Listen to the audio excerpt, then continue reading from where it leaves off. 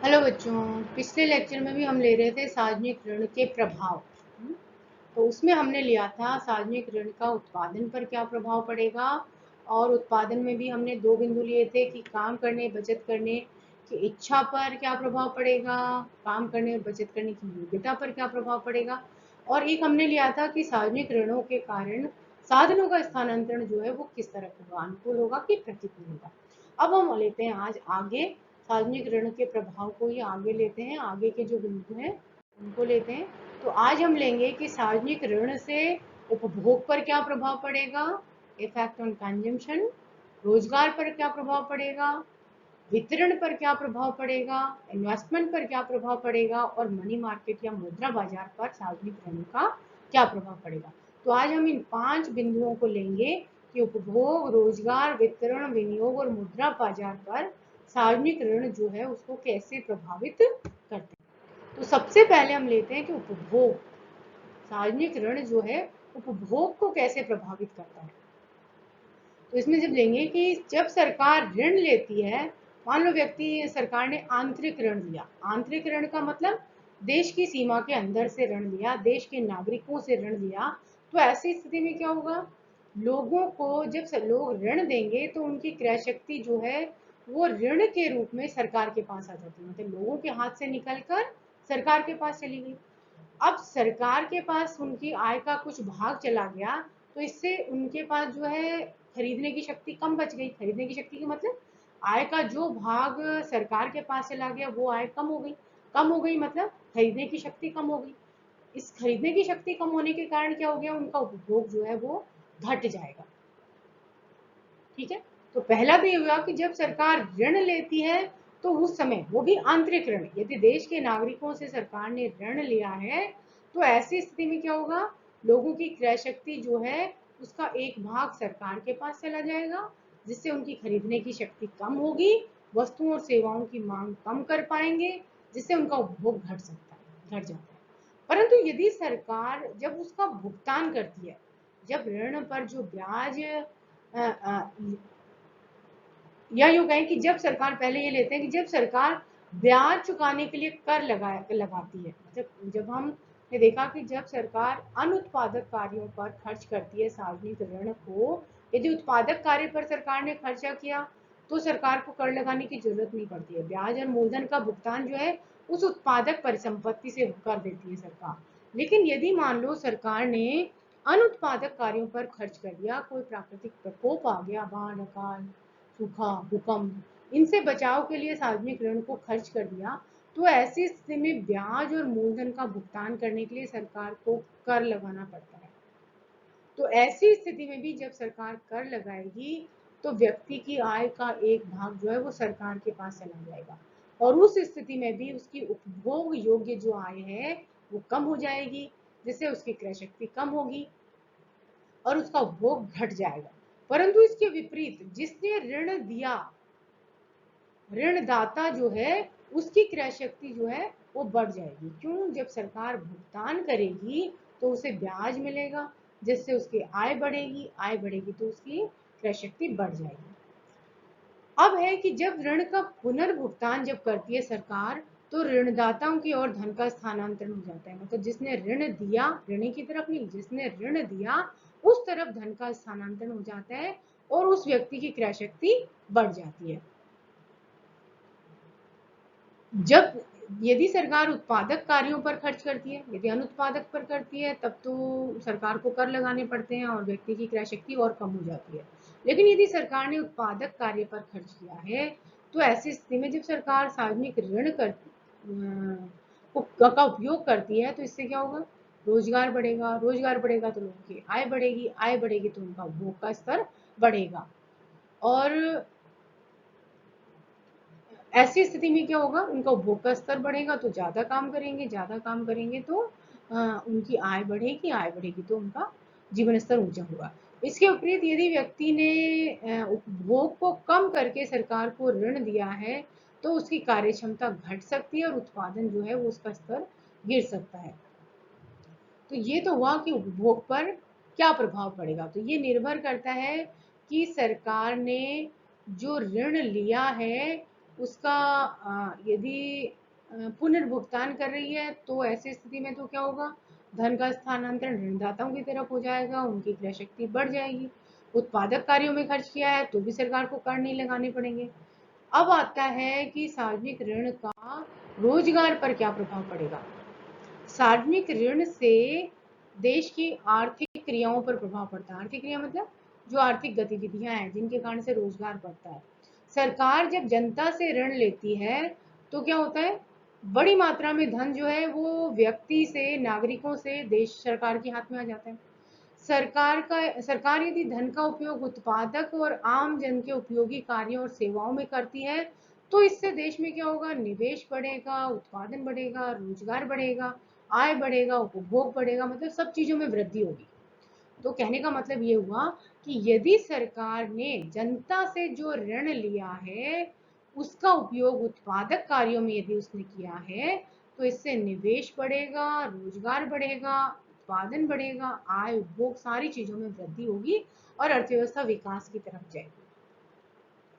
अब सार्वजनिक ऋण का जो है तेजी और मंदी के समय महत्व और बढ़ जाता है कि मंदी के समय में जब सरकार इन ऋणों का भुगतान करती है, लेती नहीं है, यदि सरकार मंदी की स्थिति है और सरकार ये चाहती है कि लोगों के हाथ में क्रय शक्ति जाए, वो वस्तुओं की मांग करें और इस मंदी से हम उभरें, तो ऐसे स्थिति में सरकार क्या करती है, जो सार्वजनिक ऋण होते हैं उनका भुगतान करती है ऐसे समय में।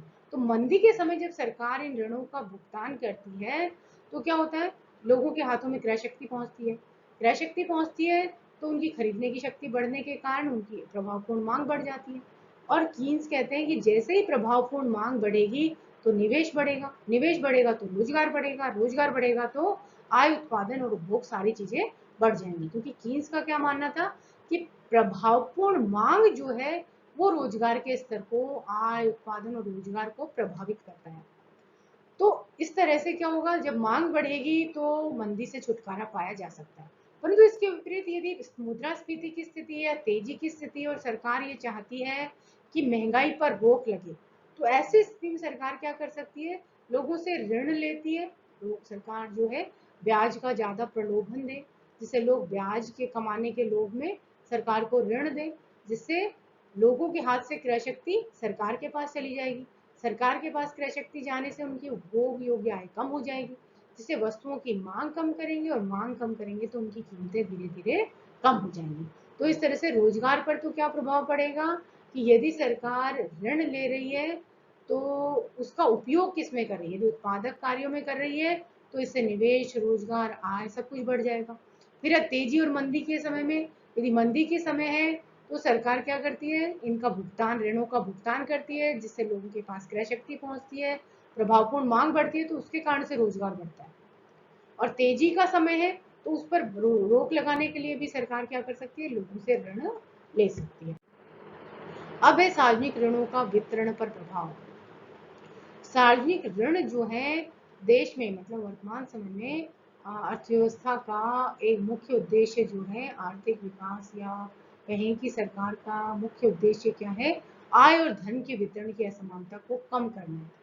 आय और धन के वितरण की असमानता जितनी कम होगी, या यूं कहें कि जितना ज्यादा देश आय और धन के वितरण के देश में समानता होगी उतना ही देश विकास की तरफ अग्रसर होगा। इसलिए हर सरकार का हर राज्य का या हर सरकार का क्या उद्देश्य होता है, आय और धन के वितरण की असमानता को कम करना।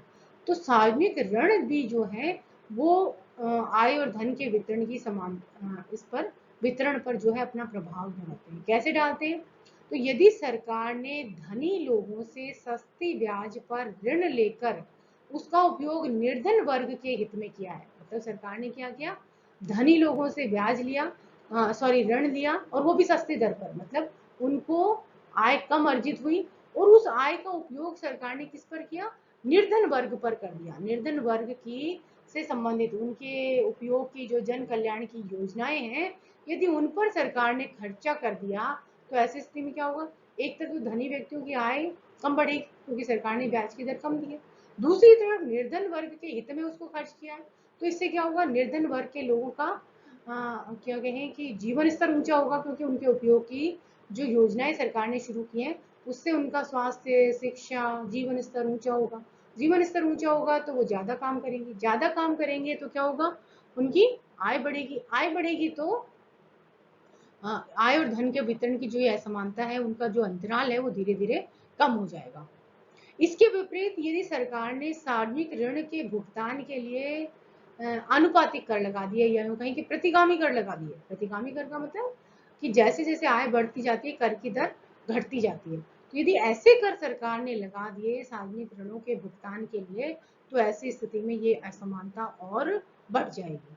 क्योंकि एक तरफ तो सरकार क्या करेगी, लोगों से जिनसे ऋण लिया है उनको ब्याज का भुगतान करेगी, और ऋण कौन देगा, जो धनी व्यक्ति हैं जिनकी आय ज्यादा है।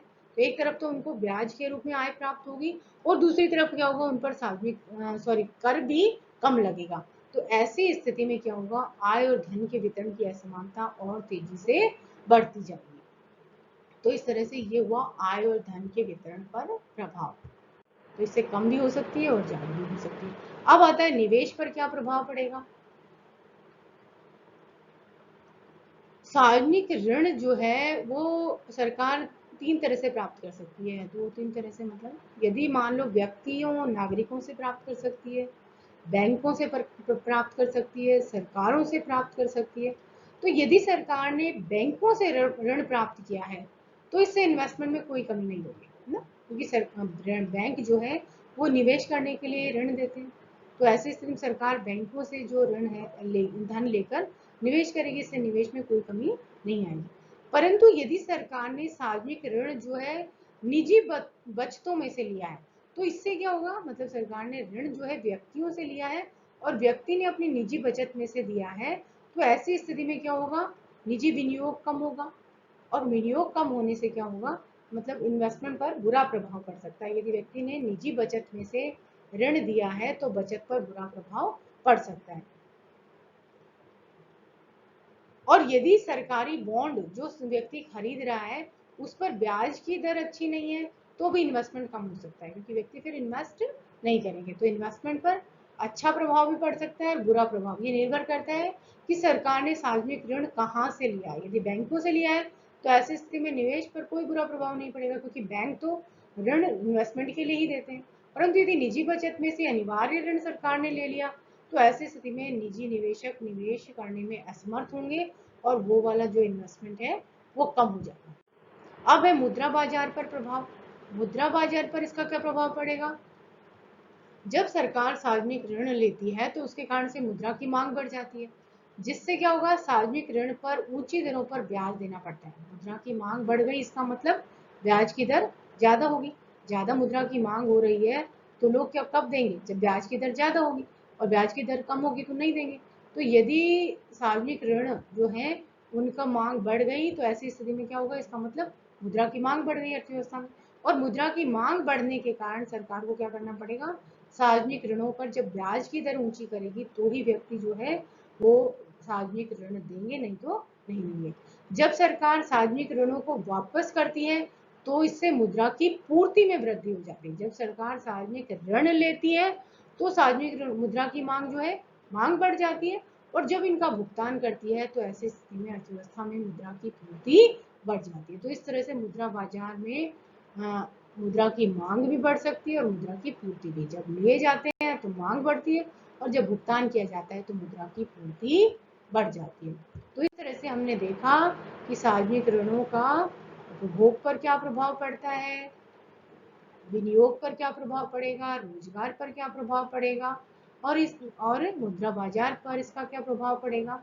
तो इस तरह से ये हुआ आज सार्वजनिक ऋण के प्रभाव, कि सार्वजनिक ऋण जब सरकार लेती है तो उसके अर्थव्यवस्था पर क्या क्या प्रभाव पड़ते हैं। अर्थव्यवस्था के विभिन्न क्षेत्रों पर उसके अलग अलग प्रभाव पड़ते हैं, जिसको हमने आज लिया है। Thank you.